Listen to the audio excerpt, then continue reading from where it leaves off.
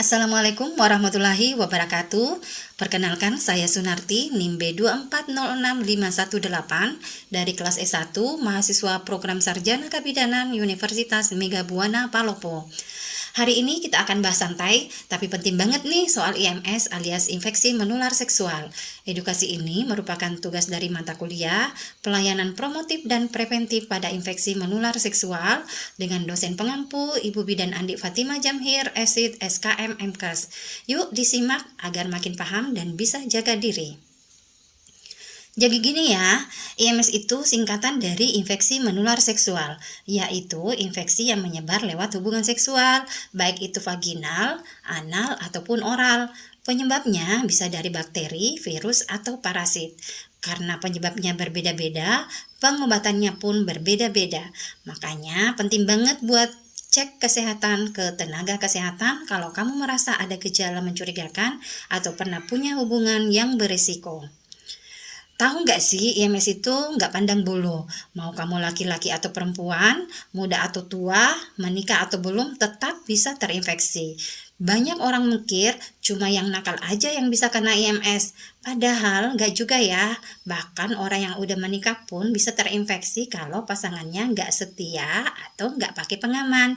Jadi jangan pernah merasa aman cuma karena status ya.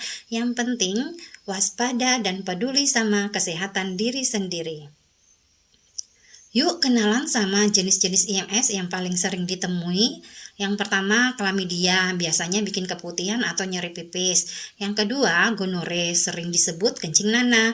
Yang ketiga, herpes, bikin luka melepuh di area kelamin.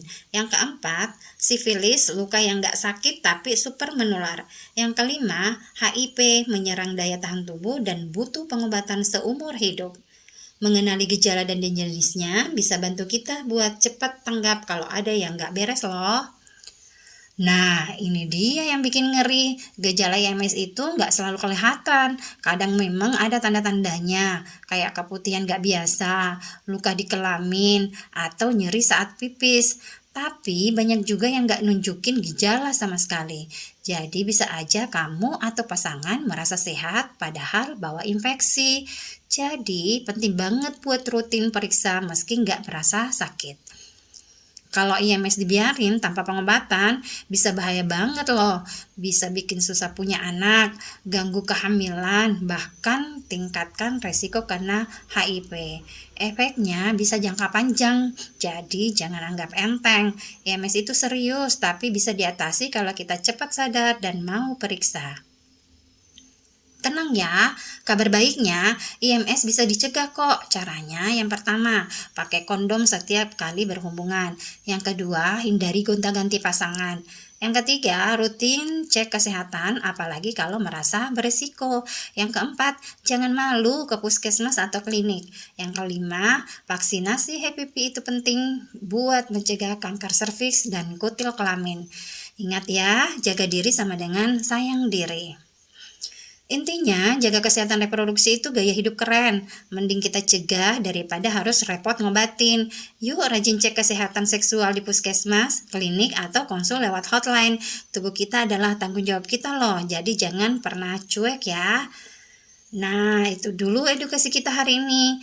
Ingat, IMS bisa dicegah dan dimulai dari kita sendiri. Makasih banget udah nyimak edukasi ini. Wassalamualaikum warahmatullahi wabarakatuh.